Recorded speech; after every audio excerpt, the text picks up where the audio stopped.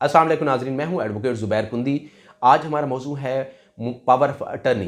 Power of attorney act 1882 के मुतल्लिक हम बात करेंगे और हम आपको बताएंगे कि अगर आपका बाप या आपका कोई बुज़ुर्ग बीमार है, वो अदालत नहीं आ सकते, तो वो अपना मुख्तार ख़ास आपको मुकर्रर करना चाहते हैं, तो वो आपको कैसे मुकर्रर करेंगे। एक बात, दूसरी बात यह है कि मुख्तार ख़ास और मुख्तार आम में क्या फ़र्क होता है, स्पेशल पावर ऑफ अटर्नी और जनरल पावर ऑफ अटर्नी में अंदर क्या फ़र्क होता है। और एक और इसमें इम्पॉर्टेंट फैक्टर कि जी पावर ऑफ अटर्नी कहाँ रजिस्ट्रेशन होता है, इसकी होती है। अगर पावर ऑफ अटर्नी एक दफ़ा रजिस्टर्ड हो जाए तो क्या वो रिवोकेबल है, क्या उसको बातिल करार दिया जा सकता है, देने वाला उसको ख़त्म कर सकता है। जी हाँ, उसको देने वाला उसको ख़त्म कर सकता है। तो हम उसका वो भी तरीका बताएंगे कि देने वाला किस तरह अपना पावर ऑफ अटर्नी वापस ले सकता है, किसी को अपना अख्तियार उससे किस तरह वापस छीन सकता है।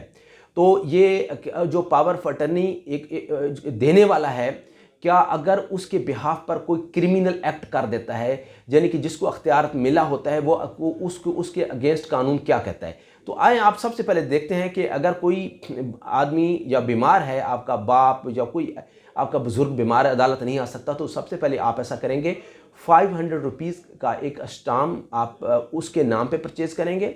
देने वाले के लिए ज़रूरी है कि वो स्टाम्प खुद परचेज़ करे, वहाँ पे थंब इम्प्रेशन अंगूठा लगवाए और ख़ुद उसको स्टाम्प को परचेज़ करे, और 2 गवाहों की मौजूदगी में वो स्टाम्प के ऊपर तहरीर लिख के दे कि जी मैं इसको अख्तियार देता हूँ कि अदालत में जाकर ये बयानात फ़लाँ फ़लाँ मुकदमे में जाकर दे। ये अख्तियारात उस तक महदूद होंगे और वो जो अख्तियारात जिसको दिया जा रहा है, तो वो उस चीज़ का पाबंद होगा कि वो उस लिखे हुए मैटर से बाहर नहीं निकल सकता। तो ये तो बात आ गई पावर ऑफ अटर्नी के अख्तियारात की। तो वो जो बयान देगा तो अदालत उसको सब यहाँ से ये लिखने के बाद फिर आप उसको नोटरी पब्लिक के पास रजिस्टर करवाते हैं, फिर आप वो काबिल इस्तेमाल हो जाता है। आप उसके बिहाफ के ऊपर अपीलें कर सकते हैं, हाई कोर्ट, सुप्रीम कोर्ट, जहाँ जहाँ मुकदमात हैं वो फाइट कर सकते हैं, आपके लिए कोई मसला नहीं होगा। अब आते हैं जर्नल पावर ऑफ अटर्नी के बारे में। मुख्तार ख़ास जो होता है, ये मैनेजमेंट, जायदाद की मैनेजमेंट के बारे में होता है, केसों की मैनेजमेंट के बारे में होता है। आप बयान दे सकते हैं, एक उसकी लिमिटेशंस होती हैं। लेकिन जहाँ तक ट्रांसफ़र ऑफ प्रॉपर्टी का मैटर आ जाता है, चाहे वो आप जायदाद बेच रहे हों या ख़रीद रहे हों, तो वो होता है journal power of attorney. Journal power of attorney जो होता है, ये 1200 के स्टाम्प से कम पे नहीं होता, ये बात ज़हन में रखिए। और उसके बाद जो है जर्नल पावर ऑफ अटर्नी जो होता है, ये बाकायदा रजिस्ट्रार से रजिस्टर होता है। इसके लिए एक पूरा जो रजिस्ट्रेशन का प्रोसेस होता है वो अडॉप्ट करना पड़ता है। ऐसा नहीं होता कि आपने सिंपल लिखवा लिया है कि मुझे अख्तियारात मिल गए, ऐसा इख्तियार नहीं होता। वो एग्जीक्यूट नहीं होता, वो काबिल इस्तेमाल नहीं होता। आपको रजिस्ट्रार के पास जाकर ये तमाम कार्रवाई करनी पड़ती है। अगर कोई बंदा बहुत ज़्यादा बीमार है तो रजिस्ट्रार किसी को अपॉइंट कर सकता है कि घर जाकर उसका जो पावर ऑफ अटर्नी है वो तैयार कर ले और रजिस्टर कर सकता है। अब जो अख्तियारात जिसको दिया जा रहा है, उसके कि फ़लाँ प्रॉपर्टी मखसूस कर देनी चाहिए कि वो फ़लाँ प्रॉपर्टी को मेरा जो पावर ऑफ अटर्नी है, मेरा मुख्तार आम फ़लाँ प्रॉपर्टी बेच सकता है, इससे ज़्यादा नहीं। उसमें जो शराइत आप लिखेंगे, उस शराइत के तहत जो मुख्तार आम है वो पाबंद होगा। ये कानून ये कहता है कि वो अख्तियार जो रखने वाला है वो उससे बढ़ के नहीं जा सकता। लेकिन जो वो काम करेगा, जैसे अगर उसने किसी को प्रॉपर्टी बेच दी उसके बिहाफ पे, तो जो प्रिंसिपल है जिसने उसको दिया होगा अख्तियारात, वो उसको चैलेंज नहीं कर सकता। वो उसकी प्रॉपर्टी ओरिजिनल हालत में फ़रोख्त हो जाएगी, वो रिवर्स नहीं होगी। हाँ, अगर उसके जो काम मुख्तार ख़ास और मुख्तार आम सिविल लाइबिलिटी के तौर पर करेंगे, बयानात देंगे, जो भी काम करेंगे, मुआहदा करेंगे, बेचेंगे, ख़रीदेंगे, तो उसमें वो तमाम जो ज़िम्मेदारी होगी वो असल मालिक पे होगी, वो असल मालिक को समझा जाएगा।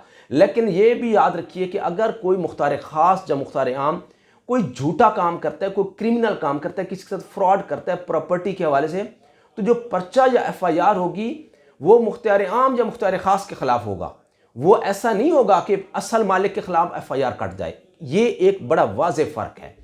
और दूसरी बात यह है कि अगर कोई बंदा चाहता है कि मेरे अब हालात ठीक नहीं है, इस शख्स के साथ ये गलत कर रहा है, मेरी प्रॉपर्टी के साथ सही मैनेजमेंट नहीं कर रहा, मेरे पैसे खा गए, फर्दर मुझे नुकसान दे सकता है, तो मैं ये अपना अख्तियारात वापस लेना चाहता हूँ, तो कोई मसला नहीं है। आप इतना भी अदालतों ने कह दिया कि अगर कोई बंदा किसी को ये मैसेज पहुंचा दे written message black and white कोई उसको लेटर भेज दे कि जी मैंने आपसे अपने अख्तियारात वापस ले लिए एंड आप मेरी ज़मीन, मेरा कारोबार या कुछ भी इसको ना बेच सकते हैं, ना ख़रीद सकते हैं, ना आगे कोई इसको मैनेजमेंट कर सकते हैं, तो उसी लम्हे वो अख्तियारात ख़त्म हो जाएंगे, इवन के रजिस्ट्रार से पहुंचने से पहले भी। और दूसरा तरीकाकार है कि आप रजिस्ट्रार के पास जाएं, वहां पर बाकायदा कैंसिलेशन दर्ज करवाएं, रजिस्ट्रार आपके कैंसिलेशन दर्ज कर लेगा। और अगर कोई बंदा अगर जायदाद खरीद रहा है किसी मुख्तार आम से, तो वो क्या करे, मुख्तार आम से जायदाद खरीदते वक्त ख़ास ख्याल रखिए कि आप सबसे पहले जब मुआहदा करने से पहले रजिस्ट्रार ऑफिस में जाकर उसका मुख्तियारनामे की कॉपी निकलवाएं और उस कॉपी को अटेस्टेड करवाएं, ताकि आपके पास सबूत हो कि आपने चेक करवाया था कि ये मुख्तियार आम मौजूद है, यानी कि इंटैक्ट है मुख्तियारनामा। मुख्तियार आम का मुख्तियारनामा इंटैक्ट है, यानी कि उसका जनरल पावर ऑफ अटर्नी उसकी इंटैक्ट है, यानी कि कायम दायम है। अगर कोई शख्स मर जाता है तो मुख्तियार आम उसी वक्त ऑटोमेटिकली ख़त्म हो जाएगा, मुख्तियार ख़ास ख़त्म हो जाएगा। याद रखिए, कोई बच्चा, कोई पागल या इंतहाई ज़हनी मरीज़ या इस तरह की जो कैफियत वाले लोग हैं वो किसी को अपना पावर ऑफ अटर्नी मुकर्रर नहीं कर सकते। पावर ऑफ अटर्नी या मुख्तार आम या मुख्तार ख़ास वो मुकर्रर कर सकता है जो जिस्मानी और जो ज़हनी तौर पर बंदा फिट हो और उसको किसी किस्म की ऐसी समझ बूझ के मुताबिक वो काम करे। कोई बंदा अगर किसी को ज़बरदस्ती किसी से पावर ऑफ अटर्नी लिखवा लेता है तो वो भी बातिल होगा, ज़बरदस्ती भी नहीं की जा सकती।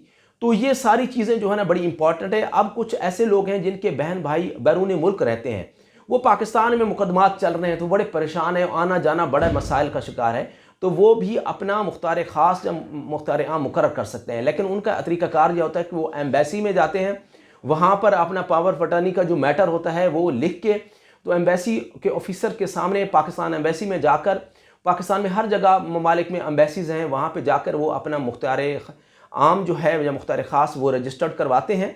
उनके सामने वो सिग्नेचर्स करते हैं, जो वहाँ पे ऑफिसर होता है वो उसकी स्टैंप और उसकी सिग्नेचर्स होते हैं। वहाँ से वो जिस बंदे के नाम करते हैं वो पाकिस्तान आ जाता है, वहाँ जो मुख्तियारनामा है वो पाकिस्तान आ जाता है। मुख्तियारनामे को पाकिस्तान से बंदा है वो उसको लेके जाता है फ़ॉरेन ऑफिस में। फ़ॉरेन ऑफिस जो है उसके ऊपर फर्दर वो उसके ऊपर वो करता है, कार्रवाई करता है। उसके अंदराज होता है, जिसके नाम में दिया जा रहा तो उसका नाम का अंदराज होता है, उसके साइन अंगूठे होते हैं और उसके बाद वो उसको जो है ना उसके एडहेसिव स्टैंप्स लग जाती हैं। एडहेसिव स्टैंप्स लगने के बाद फिर इसका प्रोसेस वही होगा कि रजिस्ट्रार के पास जाकर बाकायदा रजिस्ट्रेशन होगी। और इसके लिए 2 गवाहों की ज़रूरत होती है। 2 गवाह ज़रूरी हैं किसी भी मुख्तार ख़ास या मुख्तार आम को एग्जीक्यूट करने में, किसी को उसको कॉन्स्टिट्यूट करने में। तो ये चीज़ें जो है ना बड़ी इंपॉर्टेंट हैं। मैं ये चाहूँगा कि ये मेरे जो नाजरीन हैं उनको पता चले।